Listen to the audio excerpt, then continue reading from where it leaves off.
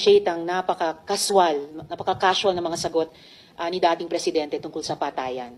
At tumatawat, pumapalakpak pa ang ilang kasama dito sa session hall. So siguro tigilin na natin yung nakasanayan natin na normalize at gawing katatawanan ng patayan. Sir, sabi nyo, when you are confronted by a criminal, you must overcome the resistance. Ibig po ba sabihin na lahat ng na EJK may baril? Kasi kung gano'n, nasan na po kaya yung mga baril? Eh, dapat may libo-libo ng baril sa custody ng PNP. Do you have any thought on that? No, you're asking somebody somewhere or to make an accounting which is not possible. Your question cannot be answered here. All right, sir. So, but Narinig nyo yan? Hindi lang yan. Dito tayo, mga kababayan. Pasok dito, nagkabastusan. ako nang walang hiya. Tignan nyo mga kababayan. Alam nyo kasi, parang si Pimentel, no? Parang wala ring wala ring kwentang naging chairman dyan Panoorin natin. Sige, ito na. Muna. Basta shoutout po sa inyong lahat. Ayaw ko nang walang hiya, lalo na pag pinag-uusapan natin ng seryosong bagay ng war on drugs saka extrajudicial killings. Ako bastos Salamat ka. Tingnan mo kung gaano ka bastos talaga to. Bukod sa nagsasalita pa si Risa, tinatabunan niya. Inamin niya na bastos din siya talaga. Diba? Tingnan nyo, nagsasalita pa kung iba-iba yan, kung si Bato yan, ganyan ninyo, nanlisik na mata kagad nun. Tuloy. Ayaw ko nang walang hiya, lalo na pag pinag-uusapan natin. Digong, wag ka muna magsalita. Basta ayaw nang walang hiya ni Risa. Ang bastos kasi. Ayaw ko nang walang hiya, lalo na pag pinag-uusapan natin ng seryosong bagay ng war on drugs saka extrajudicial killings. Ako bastos Salamat ka. Wala ang hiya. Mo, hindi pa tapos magsalita si Risa, bumabanat na tong isa na to. Palibasa, matatanda na. Oo. Talaga ako. Yan ang totoo. Tigilin na po natin yung pagsisira at paninira sa mga Hindi ba institusyon. paninira? Because we need, sinasabi ko, para sabihin kulang.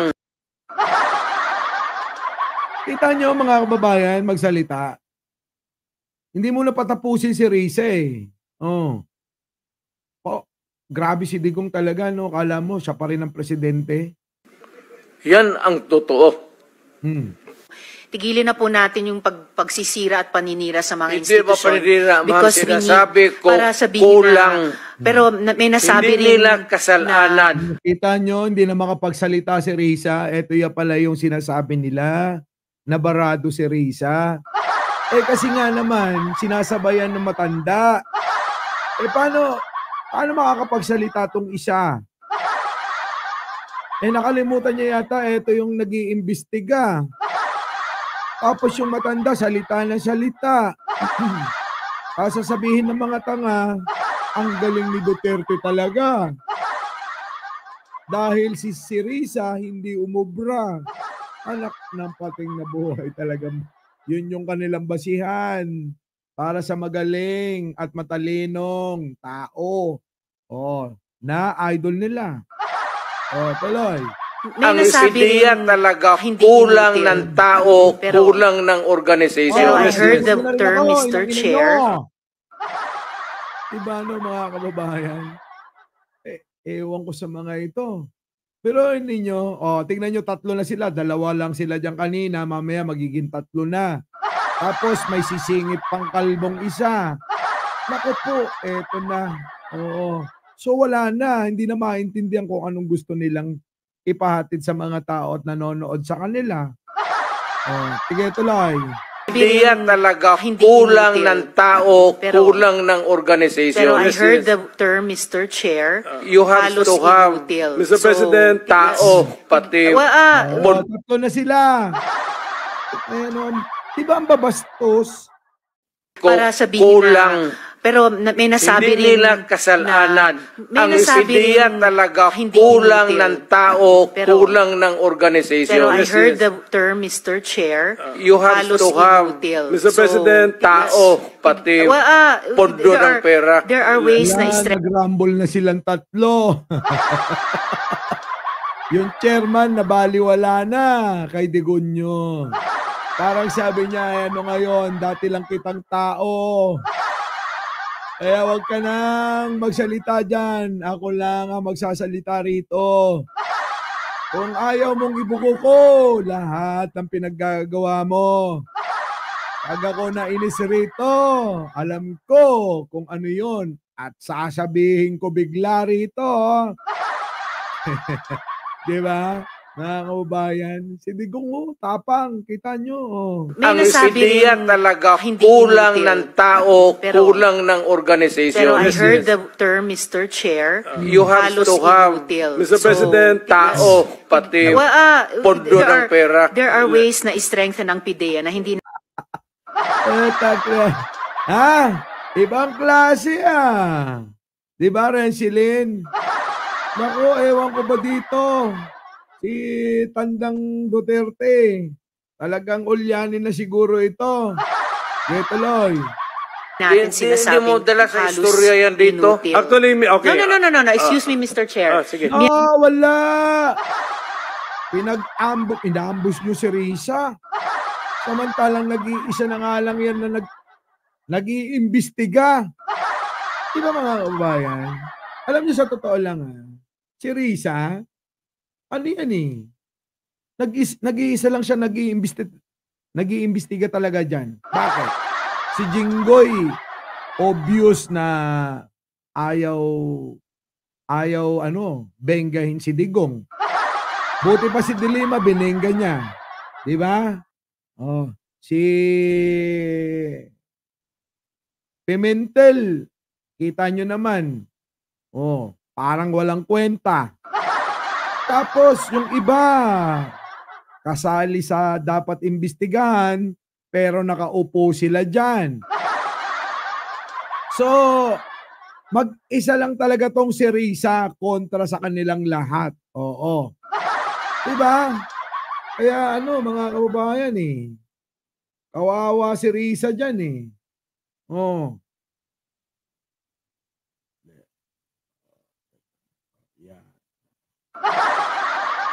Diba? Sige, tuloy natin. Membro po ako ng committee ito. Oo nga. Coco, wag ka na magsalita, uy. Tingnan nyo Pondo ng pera. There are ways na i-strengthen ang PIDEA na hindi natin Hindi sinasabing mo dala sa halos istorya yan dito. inutil. Actually, okay. No. Excuse me, Mr. Chair. Sige. Miyembro po ako ng committee ito, ng subcommittee at ng Senado. So, I am just making an interjection.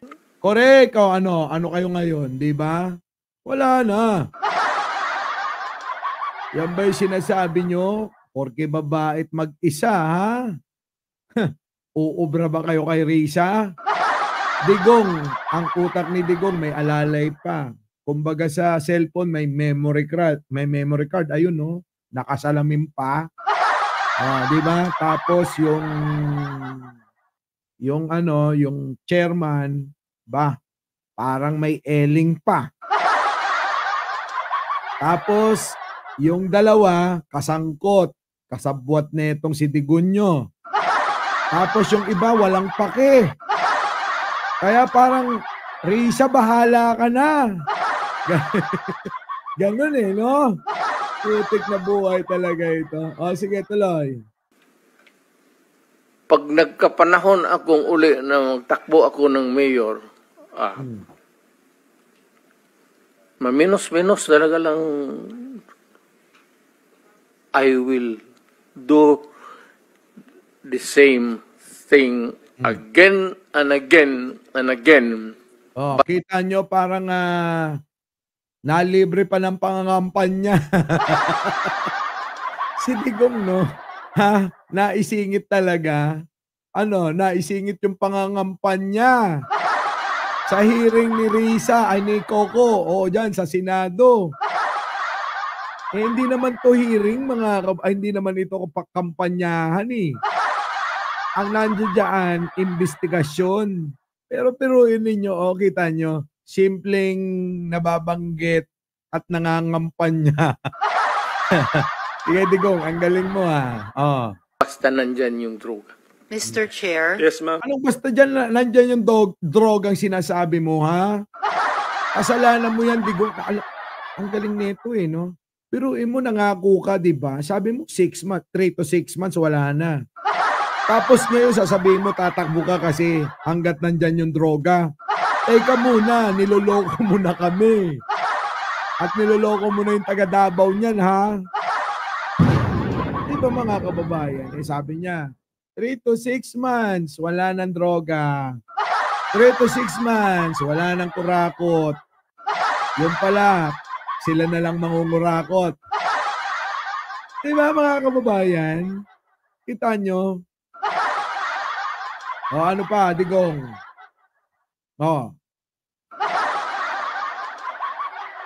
Ano nangyari? Mary Jane de Vera. Ha? Dali Wait. Wala nangyari mga kababayan kasi ang nangyari dito, si Digong parang pinabana lang sa anak niya.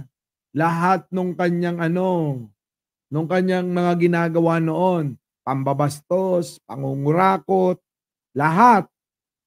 Kaya sabi siguro kay Sara, anak, puta, maliit lang makukurakot mo niyan kung busy ka lang. Sabi ko naman sa'yo, magpresidente ka. Diba? Jojo Chavez, ha? Diba? Sabi ni Digo, anak, wala kang makukurakot masyado. Pag busy ka, magpresidente ka, naku, marami kang makukuha. Diba? Grabe, no? Lahat na lang. Sige, tuloy. Mr. Chair, I believe we've given the proper leeway and respect to the former president. Hindi po Totoo napaka hinahon, alumanay ni Risa sa pagtatanong at sa salita. Pero si Digunyo galit na galit, ha? Diba mga kababayan? Simpleng-simple lang naman yung mga sinasabi ni Risa at napakahinahon pa. Tapos, ito naman si Digunyo, nagwawala. Parang si Sara lang, di ba? Tuloy. po ito midnight COVID briefing and I hope we can stay on track. Hindi po natin pinag-uusapan kung mali ang droga. Pinag-uusapan po natin kung yung polisiya, naging polisiya nyo. Mr. Chair, doon. if I may. Salamat. Siyempre, sisingit si Bato. Di ba? Ganun yan. Tingnan nyo Okay, pasok. Naging polisiya nyo. Mr. Chair, doon. if I may. Salamat Sige, tayo, it's Mr. Chair. it's actually the turn of Senator Bato, and let's give him 10 minutes of uninterrupted time to ask questions. Tingnan nyo, bakit mag-i-interrupt ka? Ikaw nga yung nasasakdal dyan. Diba? Kasi hindi dapat magsalita si Bato dyan. Pero mo investigasyon para sa kanilang tatlo at iba pa. Tapos siya yung magtatanong, anong klaseng hearing ito? Coco! Diba sabi mo naman pwede kang batikusin basta may nakikita kaming mali. Kaya, Coco! Ano ba talaga? Baka mamaya hindi manalo yung iyong asawa niya, na? Kasi halatang halata. Coco, tingnan mo. Ganun lang yung magsalita, 10 minutes of uninterrupted time to ask questions. Sandali mo naman. Before my time starts, Mr. President, Mr. Chairman. May I just be clear on this? Kita mo, walang sinabi si Bato. Sinapawan si Bato. Kung iba-iba yan, tignan ninyo, nagalit na yan. Nanginginig na yung mga pisngi niyan. Tapos yung mata niyan halos bumutas na ng mukha nung resource person. Pero ngayon, dahil si Digong, tameme siya. Di ba mga kababayan? Tameme siya. Tuloy. May I just be clear on this? Yung ano yung lumalabas sa karakter ko, yung policy ko, yun na yung experience ko, kaya lumalabas yung sa utak ko, pati bunganga ko. Yun na yun yung galit ko. Galit pala eh. Hindi, pikon ka. Di ba? Pikon siya. Ang galit-galit. Nandiyan ba si Nino? Hoy, Nino Barsaga, congratulations ha. Sobrang mas magagaling ang Quadcom kahit mga yung alin?